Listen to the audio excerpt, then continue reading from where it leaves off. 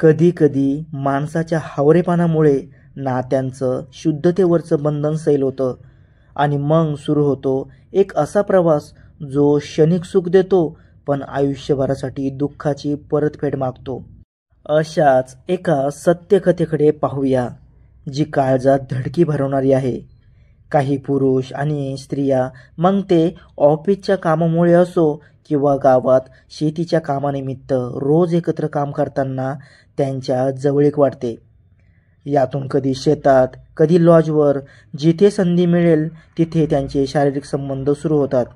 अशा अनैतिक संबंधातून क्षणिक सुख मिळाले तरी आयुष्यभर दुःखाच्या खाईत लोटले जाण्याची वेळ येते.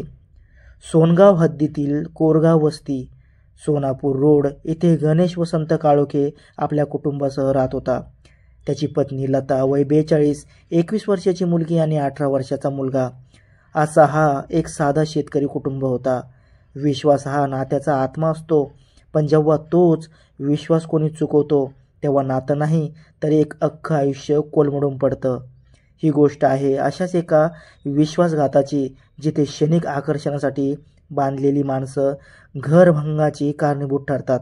गणेश शेती करायचा, भाजीपाला पिकवून बाजारात विकायचा आणि त्यातून कुटुंबाचा उदरनिर्वाह चालायचा. कोरगाव वस्तीत महिला एकमेकांच्या शेतात कामासाठी येत, ज्याला वारगोळा म्हणतात. लताही अशाच एका महिलेसोबत वारगोळा करायची. या दोघी कधी कधी बाजारात भाजीपाला विकायला जात. यामुळे दोन्ही कुटुंबात एक प्रकारची जवळीक निर्माण झाली. गणेश आणि कैलास गावंडे यांच्या घरात घनिष्ठ संबंध प्रस्थापित झाले. वाढत्या जवळीमुळे विश्वासही अधिक मजबूत झाला. लता आणि कैलासची पत्नी अनेकदा बाजारात जात, पण काही वेळा कैलास स्वतः बाजारात जायचा आणि लता त्याच्यासोबत जायची.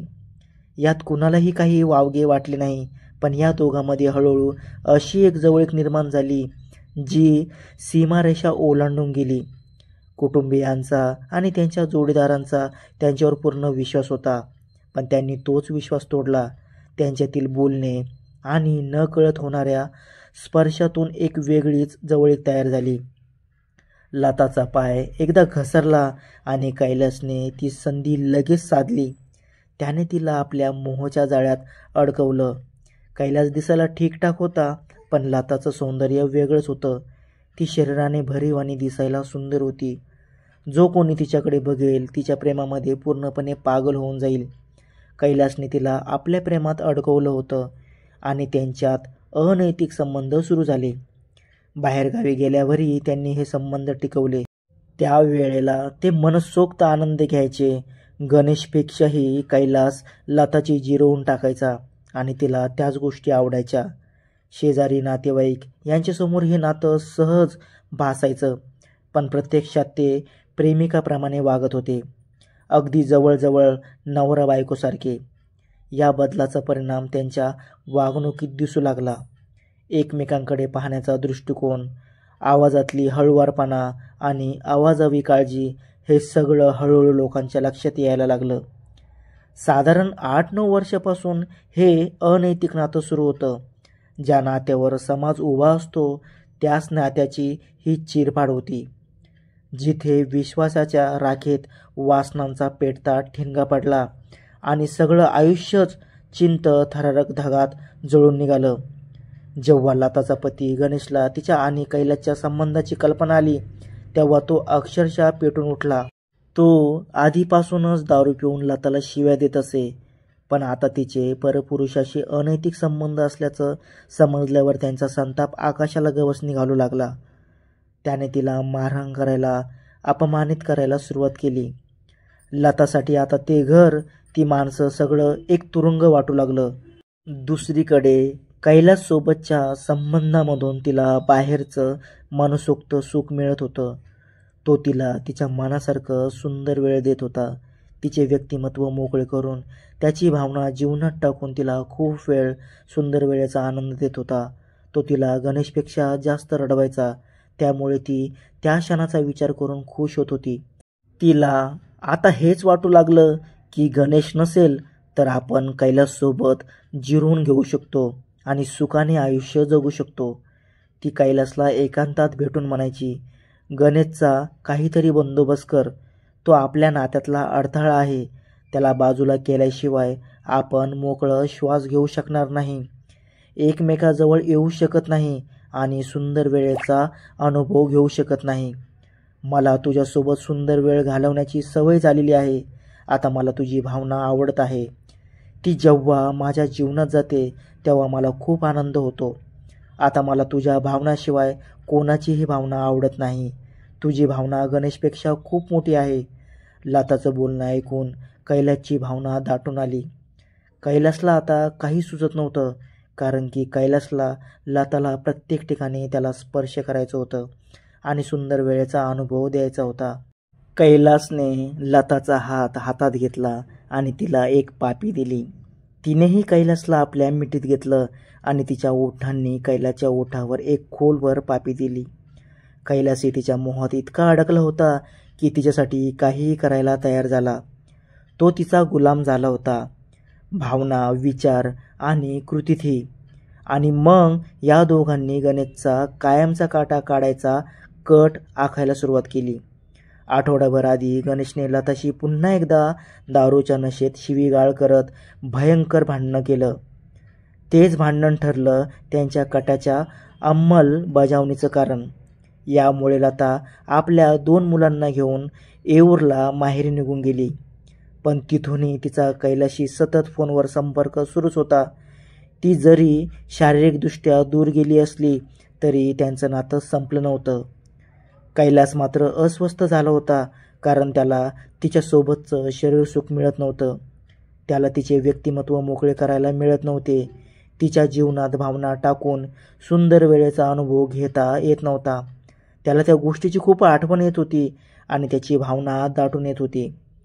त्यामुळे तो तिला परत येण्याची विनंती करत राहिला. पण लता मात्र म्हणायची, मी परत येईन, पण आधी गणेशचा अडथळा कायमचा दूर कर. नंतर आपण दोघं सुंदर वेळेचा अनुभव मनसोक्त घेत जाऊ. आणि तू जसं म्हणशील त्या प्रकारे मी तयार होत जाईल आणि तू त्या प्रकारे करत जा आणि माझी पूर्ण जिरवत जा. आणि अखेर 31 मार्चला तो काळ रात्र उजाडला. त्या रात्री गणेश दारूच्या नशेत पलंगावर निश्चित झोपला होता. गाव शांत होतं, पण काळाने चाल घेतली होती. कैलास दबक्या पावलाने त्या घरात शिरला. त्याच्या हातात होता खोयाचा जड दांडा.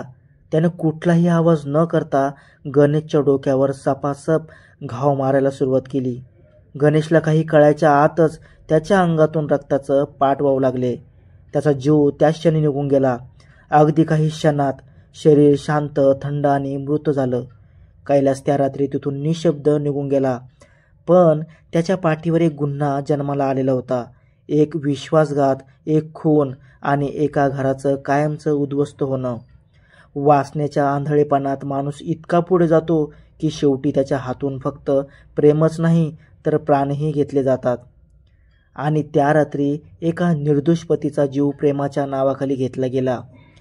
31 मार्चची रात्र काळी होती, पण 1 एप्रिल 2025चा दिवस आणखी भयंकर ठरला. सोनगाव पोलीस स्टेशनला शहर नियंत्रण कक्षातून एक माहिती मिळाली. सोनपूर रोड कोरगाव वस्ती येथे एक व्यक्ती जखमी अवस्थेत बेशुद्ध पडलेली आहे. पोलिसांनी तात्काळ घटनास्थळी धाव घेतली. तिथेच त्यांना आढळला गणेश वसंत काळोखे, परंतु तो आता या जगात नव्हता.